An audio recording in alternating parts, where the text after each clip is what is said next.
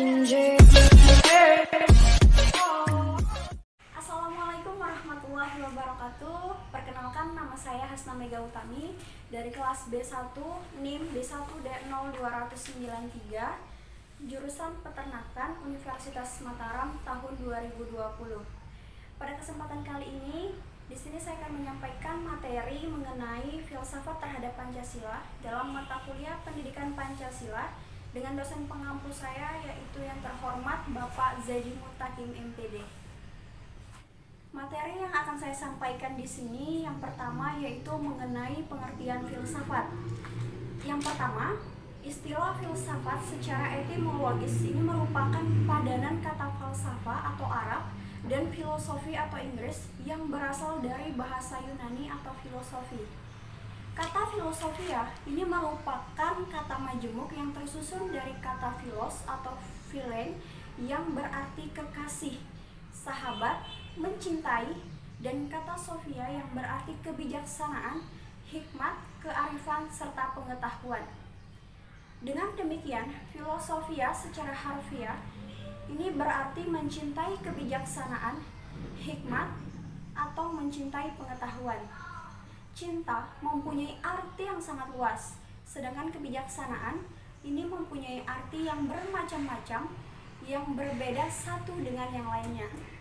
Istilah filosofos pertama kali digunakan oleh Pythagoras. Baik, di sini ada 5 pengertian dari filsafat. Yang pertama ada informal. Informal adalah sekumpulan sikap dan kepercayaan terhadap kehidupan dan alam yang biasanya diterima secara tidak kritis. Yang kedua adalah formal, ialah suatu proses kritik atau pemikiran terhadap kepercayaan dan sikap yang dijunjung tinggi. Kemudian yang ketiga ada komprehensif, ialah usaha untuk mendapatkan gambaran secara keseluruhan. Yang kemudian yang keempat adalah linguistik, adalah analisa logis dari bahasa serta penjelasan arti kata dan konsep. Kemudian yang kelima ada aktual fundamental, yaitu sekumpulan problematik yang langsung mendapatkan perhatian manusia dan dicarikan jawabannya langsung oleh ahli filsafat.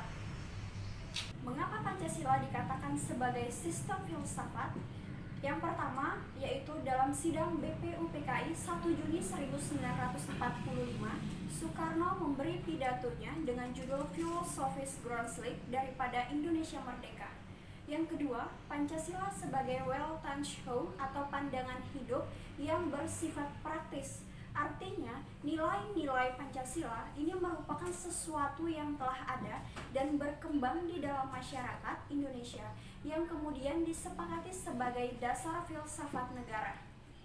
Apa saja sih bukti Pancasila sebagai sistem filsafat? Bukti Pancasila sebagai sistem filsafat ini ada 4. Yang pertama, Pancasila sebagai sistem filsafat bagian-bagiannya saling melengkapi dan tidak bertentangan serta mempunyai kedudukan dan fungsi tersendiri. Yang kedua, Pancasila merupakan suatu pola yang dapat mewadahi semua kehidupan dan dinamika masyarakat Indonesia. Yang ketiga, Pancasila dirumuskan berdasarkan inti mutlak tata kehidupan manusia. Yang keempat, Pancasila bermula dari hasil pemikiran tokoh-tokoh pendiri negara dan dibuktikan kebenarannya melalui diskusi dan dialog panjang dalam sidang BPUPKI hingga pengesahan oleh PPKI. Kemudian, mengapa manusia memerlukan sistem filsafat?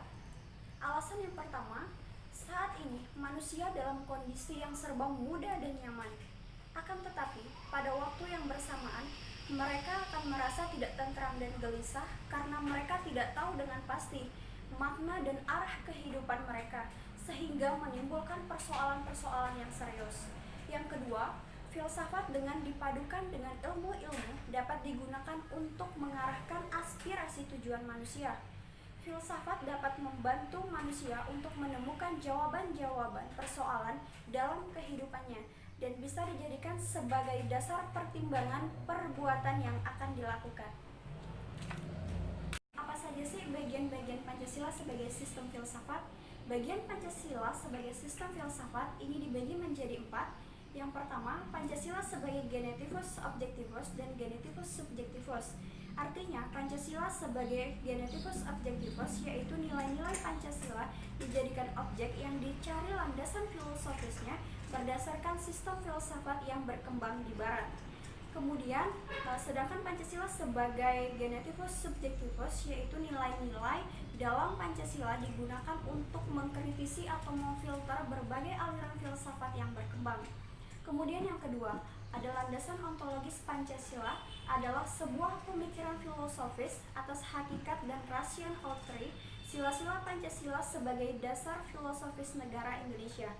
Kemudian yang ketiga ada landasan epitermologis, ialah nilai-nilai Pancasila dibagi dari pengalaman-pengalaman atau empiris bangsa Indonesia. Kemudian disintesiskan menjadi sebuah pandangan yang komprehensif tentang kehidupan bermasyarakat, berbangsa, dan bernegara. Kemudian yang keempat adalah landasan aksiologis, merupakan cabang filosofi yang berkembang dengan penelitian tentang nilai-nilai. Filsafat terhadap Pancasila ini memiliki sumber, yaitu sumber Pancasila yang pertama sumber historis, yang kedua yaitu sumber sosiologis, dan yang ketiga adalah sumber politis. Pancasila dikatakan sebagai sistem filsafat ini dibagi menjadi dua cara, yaitu cara pertama cara deduktif.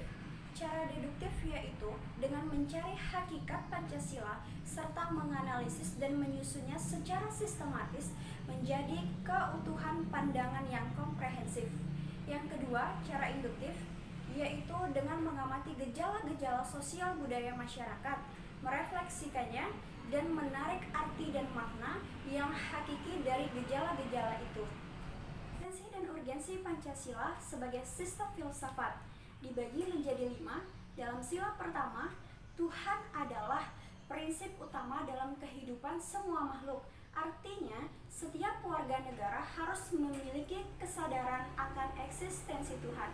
Sila kedua, setiap warga negara harus memiliki kesadaran sebagai makhluk Tuhan yang memiliki kedudukan yang sama. Dalam sila ketiga, setiap warga negara harus memiliki kesadaran bahwa persatuan tidak hanya diteruskan oleh kriteria saja, melainkan ideologi atau seperangkat gagasan vital. Kemudian dalam sila keempat, keputusan yang diambil berdasarkan musyawarah mufakat, bukan hanya keputusan mayoritas saja. Dan yang terakhir dalam sila kelima Pancasila, yaitu keadilan harus dirasakan oleh seluruh warga negara, bukan hanya golongan tertentu saja yang merasakan keadilan. Selanjutnya yaitu urgensi Pancasila.